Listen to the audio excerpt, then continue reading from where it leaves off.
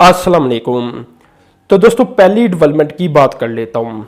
दोस्तों इराक का एक डेलीगेशन पाकिस्तान के दौरा के ऊपर है, जिसमें इराक के जो डिफेंस मिनिस्टर हैं वो भी शामिल हैं। तो उन्हें पाकिस्तान की जानिब से ये ऑफ़र की गई है कि इराक को अगर कोई इंफ्रास्ट्रक्चर डेवलप करने के अंदर मदद चाहिए तो पाकिस्तान फराहम करेगा। इसके अलावा टेक्निकल असिस्टेंस भी पाकिस्तान देगा और साथ में ह्यूमन रिसोर्स भी फराहम करेगा। तो ये इराक को पाकिस्तान की जानिब से एक भरपूर ताउन की यकीन दहानी करवाई गई है, जो कि एक बड़ी डेवलपमेंट के तौर पर सामने आ रहा है। चाहे इराक आपको पता है कि आज तबाह हाल शुदा है, लेकिन एक कंट्री तो है। तो जब एक पाकिस्तान एक कंट्री के तौर पर किसी दूसरी कंट्री की मदद करता है या एक हामी भरता है कि हम मदद करेंगे आपकी इन मामलात के अंदर, तो ये एक अच्छी खबर निकल कर सामने आ जाती है। तो इसमें दोस्तों यही था, क्योंकि इराक कोई बहुत ज़्यादा आपको पता है कि इतना अहम कंट्री नहीं कि इसके ऊपर मज़ीद कोई बहुत ज़्यादा हम बातचीत कर सकें या इसके अंदर मज़ीद मालूमात को निकाल सकें। यही है कि पाकिस्तान अगर मदद करना चाहेगा तो पाकिस्तान कर देगा, और पाकिस्तान ने इसकी यकीन दहानी करवा दी है इराक को। अब दोस्तों दूसरी डेवलपमेंट की तरफ चलता हूँ, और ये भी काफ़ी अहम तरीन डेवलपमेंट है। दोस्तों ये है कि किर्गिज़स्तान की जानिब से पाकिस्तान के अंदर उनके एम्बेसडर की जानिब से ये कहा गया है कि वो पाकिस्तानी इन्वेस्टर किर्गिज़स्तान की मार्केट से भरपूर फ़ायदा उठाएं।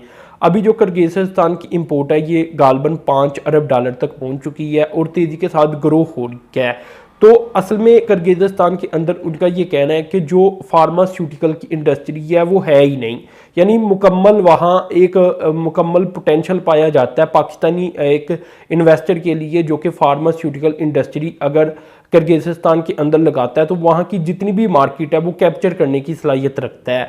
तो ये है कि कुछ ऐसे मामलात बन सकती हैं किर्गिज़स्तान के साथ पाकिस्तान के, कि पाकिस्तान अगर अपनी इंडस्ट्री यानी इन्वेस्टर हमारे अपना सरमाया वहाँ लेकर जाती हैं तो उन्हें भरपूर एक मार्केट मिल सकेगी, क्योंकि बहुत सारी जगहों के अंदर वहाँ बिल्कुल भी इन्वेस्टमेंट मौजूद नहीं।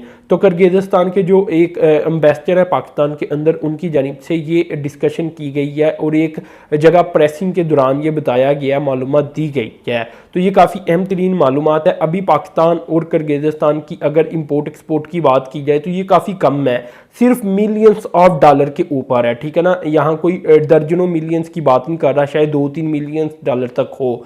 तो ये कोई बहुत बड़ी, बल्कि बहुत बड़ी छोड़े, बहुत छोटी से भी छोटी अमाउंट बनती है एक्सपोर्ट के अंदर और इंपोर्ट के अंदर भी। तो वो यही चाहती हैं कि पाकिस्तानी इन्वेस्टर वहाँ जाकर इन्वेस्टमेंट करें। अब दोस्तों अगली डेवलपमेंट की अगर बात की जाए तो वो कुछ इस तरह से है कि डेवोस, काइलवेल और हिटाची, इस तरह की एक नाम की कंपनी मौजूद है। तो इन तीनों की जानिब से एक MOU साइन किया गया है, और ये MOU है जो इलेक्ट्रिक बसेस हैं उनके मुतल्लक। तो ये काफ़ी ज़्यादा अहम तरीन डेवलपमेंट हुई है, क्योंकि अब ये इंफ्रास्ट्रक्चर को लेकर भी काम करेंगे। असल में दोस्तों एक इलेक्ट्रिक बसेस का या इलेक्ट्रिक व्हीकल्स का पाकिस्तान के अंदर आ जाना एक मसला नहीं, वो तो चले आ जाएंगी। वो कोशिश भी की जा रही है कि जल्द अज जल्द इस पॉलिसी को लागू किया जाए और पाकिस्तान की सड़कों के ऊपर ये दौड़ती हुई नजर आए। लेकिन असल मसला इसका इंफ्रास्ट्रक्चर भी है, क्योंकि आपको पता है कि अगर चार्जिंग स्टेशंस नहीं होंगे तो ये मसला फिर वहां का वहीं रहेगा और इसमें ग्रोथ देखने को नहीं मिलेगी। तो इनका जो मुआहिदा सामने आया वो इंफ्रास्ट्रक्चर को लेकर भी सामने आया है, और ये तीनों मिलकर इंफ्रास्ट्रक्चर भी पैदा करेंगे पाकिस्तान के अंदर, जो कि एक अहम तरीन डेवलपमेंट के तौर पर देखा जा रहा है, जो कि इलेक्ट्रिक बसेस को लेकर हुई है। तो दोस्तों इस MOU के मुताबिक अगर मैं बात करूं तो पहला जो स्टेप होगा वो यही होगा कि बसेस को पाकिस्तान के अंदर लाया जाए और इसका सेटअप बनाया जाए, और ये तीनों कंपनीज मिलकर बनाएंगी, जिसमें इसके इलेक्ट्रिक जो चार्जिंग स्टेशन होंगे वो भी शामिल होंगे, मुकम्मल इंफ्रास्ट्रक्चर होगा।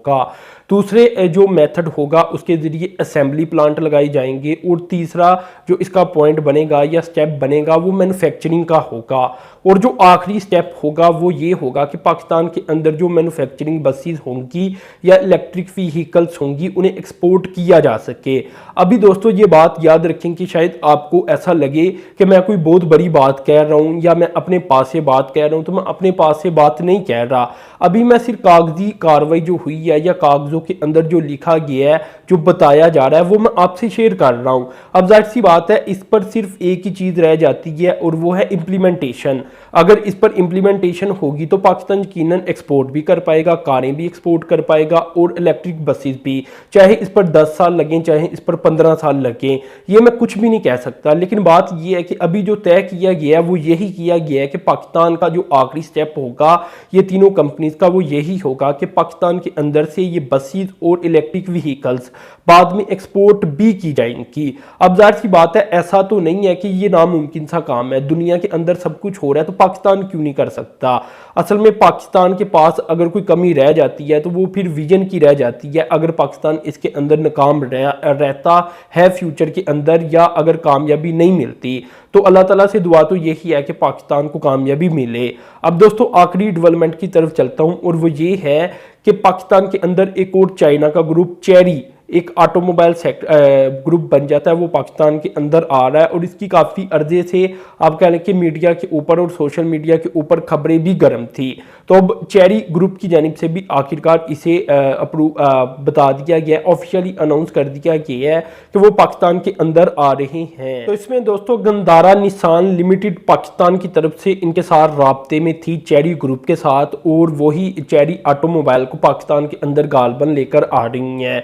और इसमें दोस्तों टीगो 8 नाम की एक कार होगी या गाड़ी होगी जो कि वो सबसे पहले पाकिस्तान के अंदर लॉन्च करेंगे। तो ये एक डेवलपमेंट सामने आई थी, मैंने सोचा ये भी शेयर कर दूं। तो दोस्तों इंशाल्लाह अगली वीडियो में मज़ीद डेवलपमेंट के साथ हाजिर होऊंगा। तो अपने चैनल को सब्सक्राइब कर देना है, साथ में जो बेल के आइकन पर क्लिक कर देना। अब तक के लिए इतना ही था। अल्लाह हाफिज़।